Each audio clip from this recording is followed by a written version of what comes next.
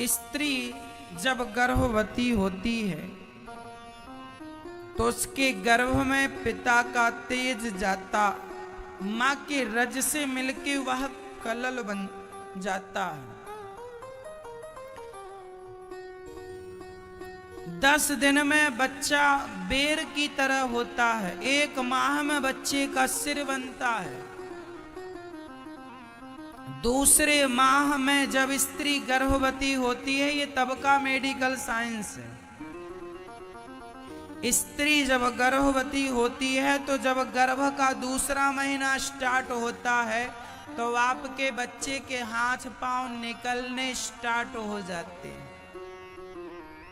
और जब तीसरा महीना चालू हो जाता गर्भवती स्त्री का तो तीसरे महीने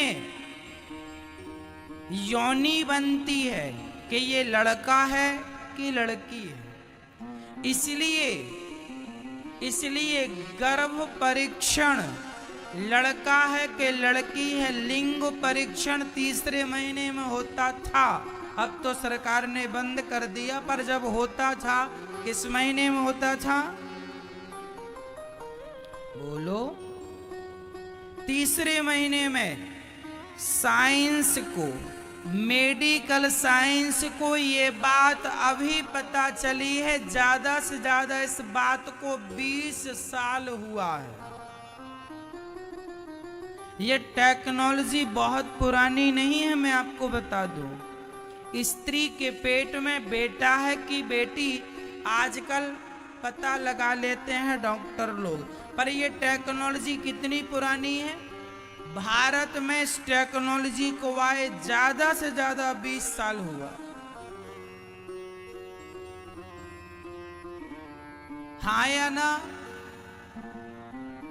और 40 साल ले लो, चलो अमेरिका जापान में और पहले आ गई होगी तो चलो मैं 50 साल का 100 साल पहले आई, चलो आई नहीं है पर फिर भी मैं आपको हिसाब रखता हूं 100 साल पहले यदि ये टेक्नोलॉजी आई। पर सुनना, तीसरे महीने ही स्त्री का गर्भ परीक्षण होता है कि लड़का है कि लड़की। क्यों? क्योंकि तीसरे महीने में उसका लिंग तैयार होता है, स्त्री और पुरुष का छिद्र तैयार होता है। सोचो, ये बात डॉक्टरों को अभी पता लगी।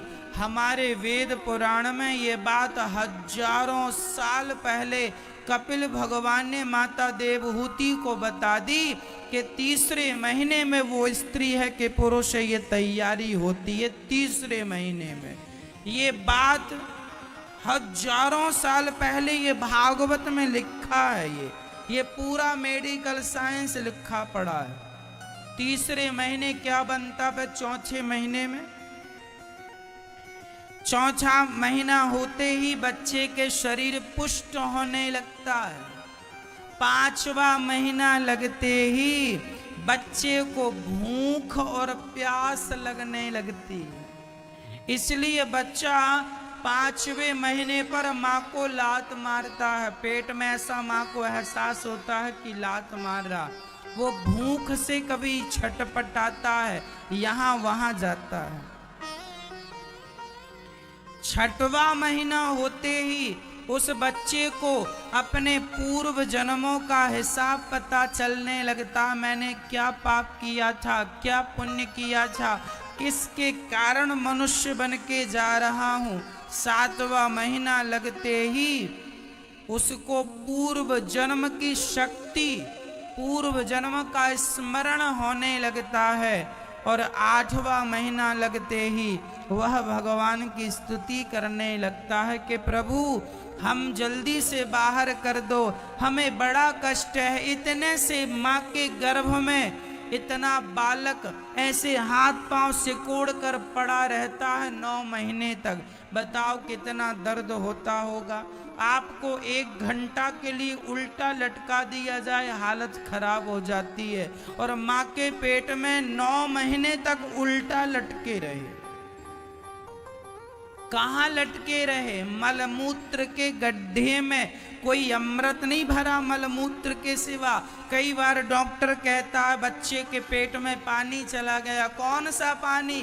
मलमूत्र चला जाता है।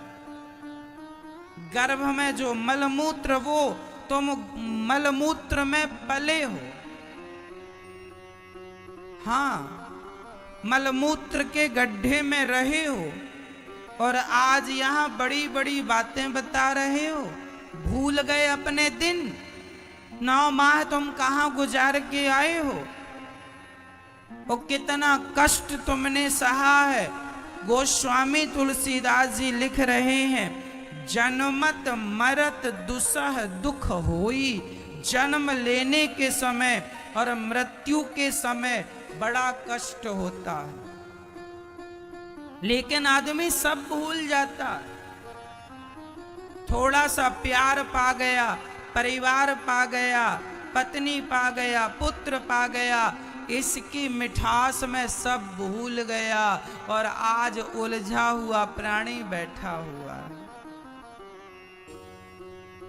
एक कुत्ता था,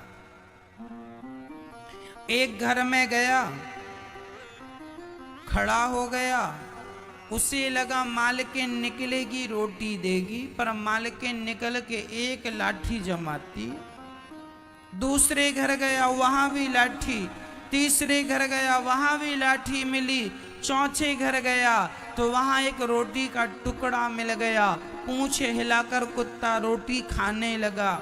एक महात्मा जी देख रहे थे तो संत ने कुत्ते से कहा, क्यों, अब बता कल आएगा रोटी मांगने?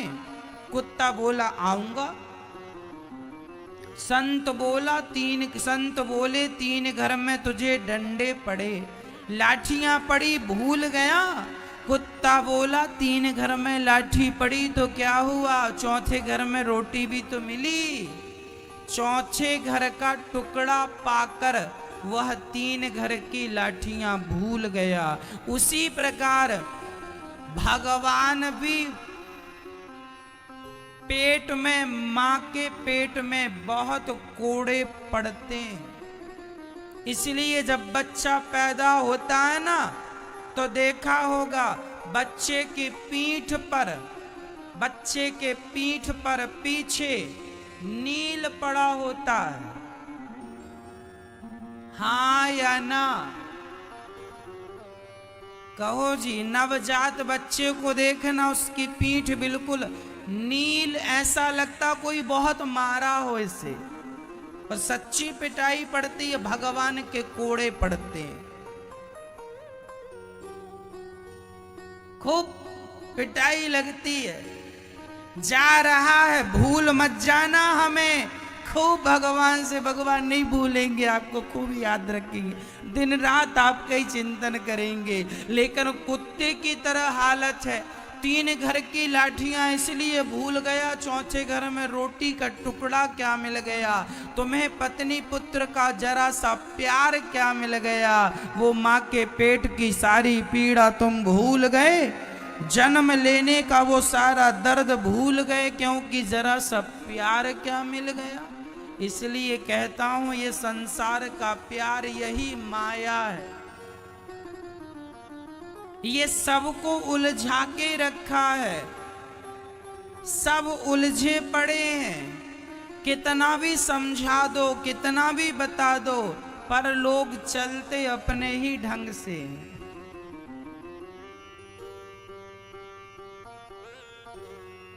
सबको पता है, आप लोग सब जानते हैं कि ये कोई अपना नहीं है। संगी साथी, ना बेटा ना बेटी, ना पत्नी ना पति, ना रिश्तेदार, ना जमाना, कोई अपना नहीं है। फिर भी तो मर किन के लिए रहे हो? इन्हीं के लिए।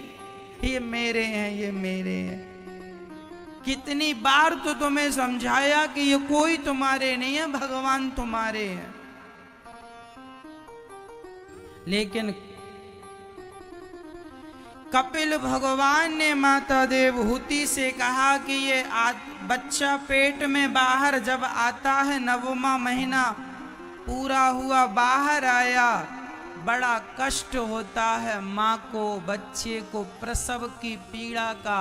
और यहाँ आता है और यहाँ आकर संसार को देखकर धीरे धीरे भगवान से किया प्रॉमिस, वादा सब भूल गया, सब भूल गया, कुछ भी याद नहीं रहा, कुछ भी। कुत्ते को डंडे पड़े, रोटी क्या मिल गई, सब भूल गया।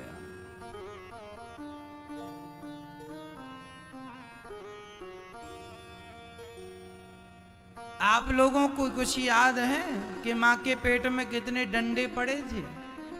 नहीं याद है। क्यों याद नहीं है? क्योंकि संसार का प्यार मिल गया, याद ही नहीं है कुछ। इसलिए कहता हूं वो दिन भी याद किया करो जब उल्टे लटके थे। सोचो कि तुम यहां क्यों आए हो। क्या ऐसे ही खाना पीना मौज मस्ती करने आए हो? खाना तो फिर पशु पक्षी भी जानते हैं, सोना तो पशु पक्षी भी जानते हैं, और बच्चे पैदा करना तो पशु पक्षी भी जानते हैं। और तुम भी यही करते रहे तो उन पशु पक्षियों में और तुम में अंतर क्या रहा?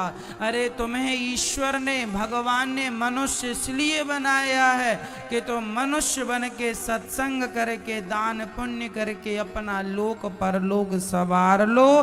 भगवान से प्रेम करके जन्म और मृत्यु के चक्र से बच जाओ। कबीर दास जी कहते हैं, चलती चक्की देख कर दिया कबीरा रोए, दो पाटन के बीच में साबुत बचाना कोए। ये चक्की जो चल रही है, कौन सी चक्की? जन्म और मृत्यु की चक्की चल रही है। इसमें ना तुम बचोगे ना हम बचेंगे। बार बार हम मर जाते हैं, बार बार जन्म, पुनरपि जननम पुनरपि मरणम पुनरपि जननी जठरे शयनम। इसलिए भज गोविंदम गोविंदम भज। मूढ़ मते, आद्य शंकराचार्य जी कहते हैं, ऐ मूढ़ मते, ऐ व्यक्ति, ऐ मनुष्य, तू भगवान की शरण में आ जा। नहीं ये जन्म और मृत्यु की चक्की जो चल रही है, पिसते चले जाओगे। और मनुष्य शरीर पाकर गलती करोगे तो 84 का चक्र फिर बिगड़ जाएगा। चलती चक्की देख कर दिया कबीरा। कबीर दास जी रोने लगे।